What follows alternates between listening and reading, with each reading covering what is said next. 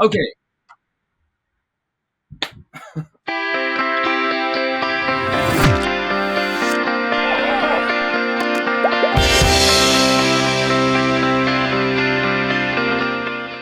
Hi, and welcome back. My name is Sheldon McLeod. This is Thinking Out Loud. This is my spot at the SaltWire Network to share thoughts and interviews and conversations and discussions. And again, very grateful for all of you who listen and pay attention and who send me emails to the positive or the negative. That's all part of this business. And there was a cartoon strip that up until this past week, you could have been would have been available to you at saltwire.com and the Chronicle Herald. And that was the Dilbert cartoon. I'm not sure how closely you're following this, but the artist behind that strip, Scott Adams, said a few rather outrageous things on his podcast over the weekend, and the Penguin House, Random House dropped him as an author. Many newspapers across North America have canceled his strip, and that all puts us into this position of, or at least for me, was what would Michael D. Adder do? And when it comes to editorial cartoonists, their job is to promote or provoke or to make us think, which is a totally different beast than Dilbert and Scott Adams. And Michael D. Adder joins the conversation. Mr. D. Adder, so nice to see you again. How have you been? Good. How have you been? Surviving it. And I got to say that when I saw what was happening with Scott Adams, I thought I would reach out to you and get your take. What, as this was shaking out, as people were looking at this and saying, what the hell's wrong with this fella? Why is he saying what he's saying? What went through Michael D. Adder's mind? Went through my mind was, why didn't this happen sooner? Because Scott Adams has been saying crazy stuff since pretty much Donald Trump came along in 2016. So what's the difference between freedom of speech, freedom of expression, and freedom from consequences? There's a lot of difference. Freedom of speech doesn't mean you have freedom from consequences. And I just don't know what to say about Scott Adams, because I'm not a fan of Dilbert. I'm not a fan of the guy. I think he's said tremendously appalling things forever. I'm not sure why he wasn't on anybody's radar before this. Mm-hmm. He is a total Trumper, a total anti-democratic conspiracy theorist and white supremacist. He knows how to play the game and not, I thought up until now, not get canceled, because he was on the edge, razor's edge forever, and nobody seemed to care. You know, they ran Dilbert in their newspapers and just paid him no never mind. And he seemed to be able to surf the ocean of what's appropriate, not appropriate, or at least get away with it. And I don't know why he didn't fall in the ocean before now, but anyways, he did. And he deserves it. And he's saying that this is censorship, and it's not. It's there's a vast difference between what I do and what he does. I work, even though I'm under contract, I work directly with editors in the newspaper, drawing political stuff. He does not do political stuff, or at least it very rarely does Dilbert tackle politics. And when he did, it was somewhat appalling. So the surprise for me is that he wasn't canceled like 3 years ago. Not that he got canceled now. Mm-hmm. That's where I stand. Well, and maybe that's the difference, that the work he was producing was not in the same way inflammatory as the language he was using outside of that world or environment. Yeah, I mean, you can't separate the artist from the art completely. He was putting out a product that that, passed mustard. But on the behind the scenes, he was clearly one of the biggest lunatic conspiracy theorists out there, and felt that white people were getting a raw deal in life, when clearly the opposite is true. So it's a very difficult thing for me to talk about, because it's another cartoonist. It has elements of freedom of expression, but then again, it doesn't also.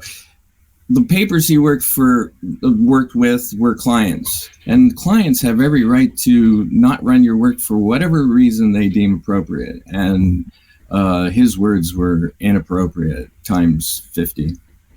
Yeah, and I think for him to say, well, it was hyperbole, there's a lot of that going on. And I don't think anyone would deny that it's very easy to obtain a certain audience, and maybe even a very large audience, by saying things that are, we used to say, dog whistles, but might be pandering to a certain demographic, or expressing a view that might not be seen as mainstream, so it's appealing to a group of people who feel like they are outsiders, if you know what I mean.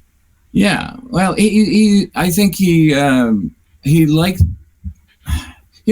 Donald Trump came along and opened the floodgates of inappropriate conversation. You know what I mean? Or that's not a good way of putting it. I remember when Donald Trump was coming along and he was saying what he was saying, and people said that this was just going to make racists feel empowered. The president of the United States is saying appalling things. That means I can say appalling things, and Scott Adams did. And if I'm not so sure that if there was no Twitter, if we would still be running Scott Adams. He felt empowered to say these things because other people were saying these things, and the conservative, the alt-right conservative side felt the freedom to express intolerable views. And it all goes back to Donald Trump. And ironically enough, that's when Scott Adams started behaving the way he's been behaving.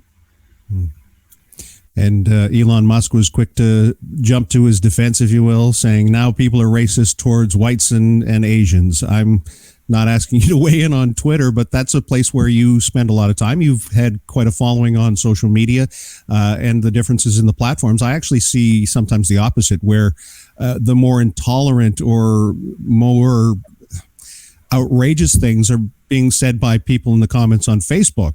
At least on Twitter, they'll attack me directly as opposed to attacking my character. And maybe that's different for you. I don't know. They attack my character too. They attack me every which way but loose on Twitter. And it's gotten worse with Elon Musk's ownership, a lot worse.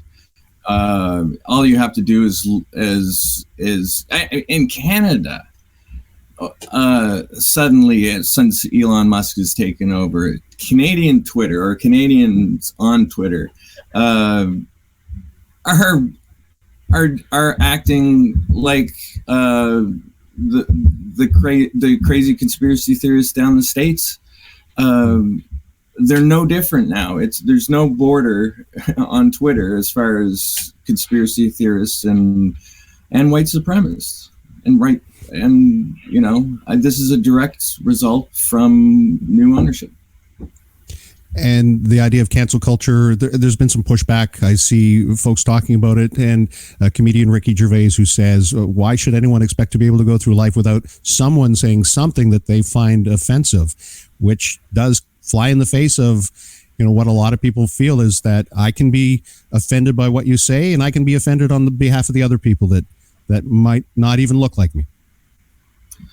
Well, Ricky Gervais and I have a similar job. Every day I don't set out to offend people, but I do set out to push the envelope, and in pushing the envelope, you're going to end up offending someone. Every cartoon probably every cartoon I've ever drawn, being a political cartoonist, has offended somebody at some point.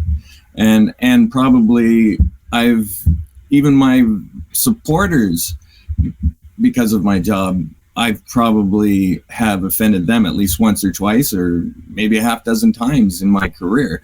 You know, I draw what I like, so I'm I'm the only person I haven't offended. Well, Mike Dieter, thanks for wading into this conversation. He is award-winning. He is obviously featured at Chronicle Herald, other SaltWire publications, newspapers across North America. Anything else you want to add before we wrap this up? Well, I'd like to contradict what I just said and say even I've offended myself, I think. But yeah, I think that's about that's about it. It's a difficult subject for me, you know, or it's a difficult subject for cartoonists because, you know, we could all find ourselves in a similar place. Now, I won't find myself in the Scott Adams place. I certainly hope not. If I did, it would be from being ignorant, not being a jerk, or at least I hope so. Have you ever really fully discussed what happened with the papers in New Brunswick when it came to that editorial cartoon about Donald Trump? Do you mean with the Irvings? Mm-hmm. No, they don't own the paper. No. They don't own the paper anymore. So, no, I know. No, nobody's ever talked to me about it, and I doubt they ever will. I you know, if I saw anybody at an event of some type, which in our industry that happens, I doubt they'd even come and talk to me, and I doubt I'd even go talk to them. You know, it's just one of those things. Right. Well, again, thanks for the work that you do. Thanks for spending a little bit of time talking about it with me. And I understand there's that tightrope. It's a fine line. It's something that who knows who among us might end up on the other side of that at some point. Anyways, Mike Dieter, appreciate this, man. Thank you. Thanks for having me. Sorry for the slow start. Difficult subject.